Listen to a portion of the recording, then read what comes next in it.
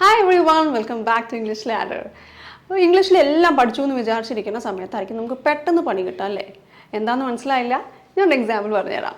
TEAR എന്താ അത്? ചിലർ വന്നിട്ടുണ്ടാവും ടിയർ എന്ന്, ചിലർ വന്നിട്ടുണ്ടാവും ടയർ എന്ന്. ഇതിലേതാ ശരിയെന്നാണോ? രണ്ടും ശരിയാണ് കേട്ടോ.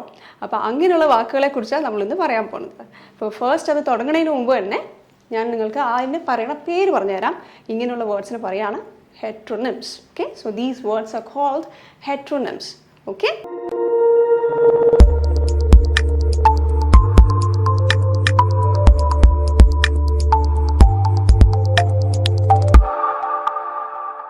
അപ്പോൾ നമുക്ക് ഫസ്റ്റ് വാക്കിലേക്ക് പോവാം. TEAR തന്നെ നോക്കാം. ഓക്കെ, സോ TEAR എന്നുള്ളത് ടിയർ. ഈ ടിയർ എന്ന് പറഞ്ഞാൽ എന്താ? കണ്ണുനീര്. അപ്പോൾ പലപ്പോഴും അറിയണതാണല്ലേ, കുട്ടികളായാലും കരയായാലും വലുതായാലും കരയും, എല്ലാവരായാലും കരയും. അപ്പോൾ അങ്ങനെ കരയുമ്പോൾ വരുമ്പോൾ നമ്മൾ പറയുന്നതാണ് കണ്ണുനീര്. So that is tear, TEAR. അപ്പോൾ ഈ ടയർ എന്താ? ഈ പേപ്പറൊക്കെ ഇങ്ങനെ കീറിയിടുമല്ലേ നമ്മൾ?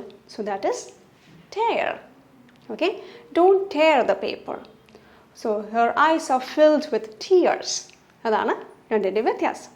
Okay, now let's move on to the second word. DOVE. What's that? Dove.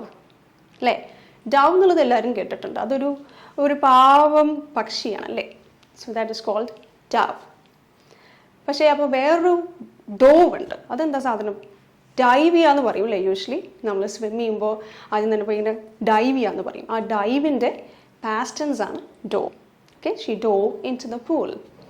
Okay, അത് പാസ്റ്റ് ടെൻസ് ആണ് ഡൈവിൻ്റെ. മറ്റേത് അതല്ല, dove is a bird. Okay, LEAD. Lead ആണോ ലെഡ് ആണോ എന്നുള്ള കൺഫ്യൂഷൻ ഉണ്ടല്ലേ? ഇതും രണ്ടും ശരിയാണ്. ലീഡ് എന്ന് പറഞ്ഞാൽ എന്താ? നമ്മൾ നയിക്കുക എന്ന് പറയൂല്ലേ യൂഷ്വലി. സോ അതിനൊരു എക്സാമ്പിൾ ഞാൻ പറഞ്ഞുതരാം. He Leeds the team. ആളാണ് അത് നയിക്കുന്നത് എന്നാണ് അതിൻ്റെ അർത്ഥം. അപ്പോൾ LEAD എന്ന് പറയുന്ന ലെഡ് എന്താണ്? അതൊരു മെറ്റലാണ്. അതെല്ലാവർക്കും അറിയാം അല്ലേ?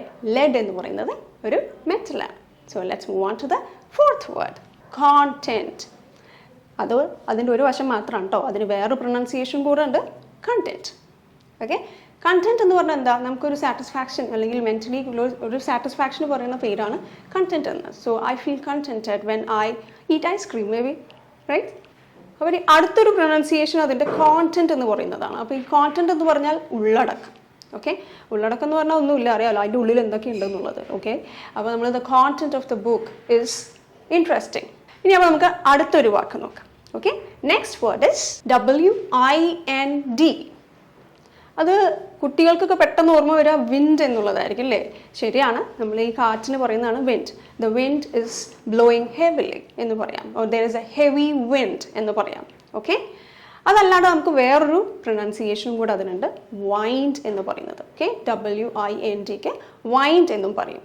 അപ്പോൾ നമ്മൾ റാപ്പ് ചെയ്യാം അല്ലെങ്കിൽ റാപ്പപ്പ് ചെയ്യാം അല്ലെങ്കിൽ നിർത്താം എന്ന് പറയുന്നതിന് നമ്മൾ വൈൻഡ് അപ്പ് എന്ന് പറയാറുണ്ടല്ലേ? അപ്പോൾ അതിനൊരു സെൻറ്റൻസ് എക്സാമ്പിൾ എങ്ങനെയാണ് പറയാം? Let's wind up the meeting എന്ന് പറയും. Okay, so wind and wind. Okay, and the next word is BASS.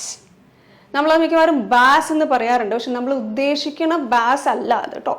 ഈ സൗണ്ടിൻ്റെ പറയുമ്പോൾ നമ്മൾ ബേസ് എന്നാണ് അത് പ്രൊനൗൺസ് ചെയ്യേണ്ടത്. Okay, so that is base. But there is another word which is bass also. Bass എന്താണ്? Bass is a kind of fish.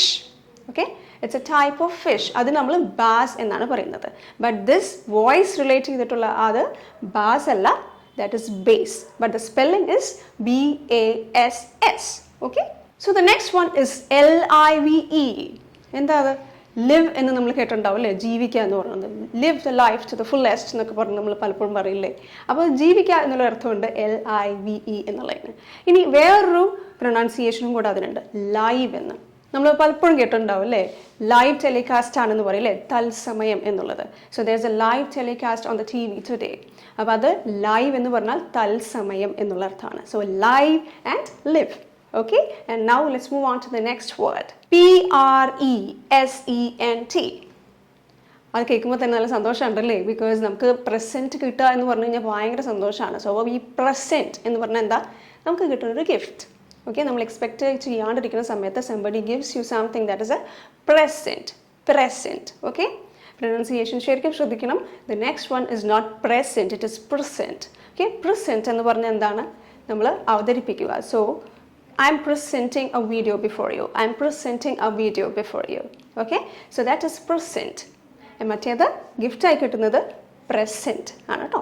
ചെറിയ ഡിഫറൻസേ ഉള്ളൂ, but please note that. So the ninth word is RECORD. നമ്മളിപ്പോൾ സൗണ്ടൊക്കെ record ചെയ്ത് കേൾക്കുക എന്ന് പറയും, പക്ഷെ അത് റെക്കോർഡല്ല, അത് റെക്കോർഡ് എന്നാണ് കേട്ടോ. റെക്കോർഡ്, അതാണ് അതിൻ്റെ പ്രൊനൗൺസിയേഷൻ. ഓക്കെ, അതായത് സൗണ്ടൊക്കെ സ്റ്റോർ ചെയ്ത് വയ്ക്കില്ലേ, നമ്മൾ പിന്നീടൊക്കെ കേട്ട് രസിക്കാൻ വേണ്ടി നമ്മൾ തന്നെ പാടി ചിലപ്പോൾ ചെയ്യാറുണ്ട്.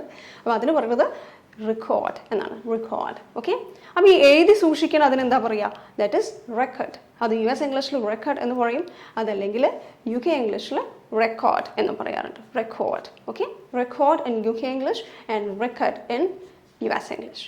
മറ്റേ നമ്മൾ വോയിസ് ചെയ്ത് വയ്ക്കുന്നതിന് റെക്കോർഡ് എന്നാണ് പറയുന്നത്, റെക്കോർഡ്. ഓക്കെ, സോ ചെറിയ ചെറിയ ഡിഫറൻസസ് ആണ്, but you have to take care of it and remember that. Okay, and the last and final word is BOW. അതെങ്ങനെയാണ് പ്രൊനൗൺസ് ചെയ്യുന്നത്? അതിനും 2 തരം ഉണ്ട് കേട്ടോ. അപ്പോൾ അതിൽ ആദ്യത്തെയാണ് ബൗ. ബൗ ബൗ എന്ന് പറഞ്ഞു കഴിഞ്ഞാൽ നമ്മൾ തല കുനിച്ചിങ്ങനെ ചെയ്യുന്നതിനാണ് ബൗ എന്ന് പറയുന്നത്. അപ്പോൾ അടുത്തത് എന്താണെന്നായിരിക്കും നിങ്ങൾ ആലോചിക്കുന്നത് അല്ലേ? ദാറ്റ് ഇസ് ബോ. ബോ. ഓക്കെ, ബോ എന്ന് പറഞ്ഞാൽ ഒന്നുമില്ല, നമ്മൾ റിബണൊക്കെ വെച്ച് ഭംഗിയായിട്ട് ഉണ്ടാക്കുമല്ലോ, അതിനാണ് പറയുന്നത് കേട്ടോ. So I made A pretty ബോ വിത്ത് എ റിബൺ. അതാണ് BOW, ബോ എന്ന് പറയുന്നത്. അപ്പോൾ മറ്റേ ബൗ എന്ന് പറയുന്നത് ദേ ബൗഡ് ടു ദ ക്വീൻ എന്ന് പറയാം. ഓക്കെ, സോ ബൗ ആൻഡ് ബോ.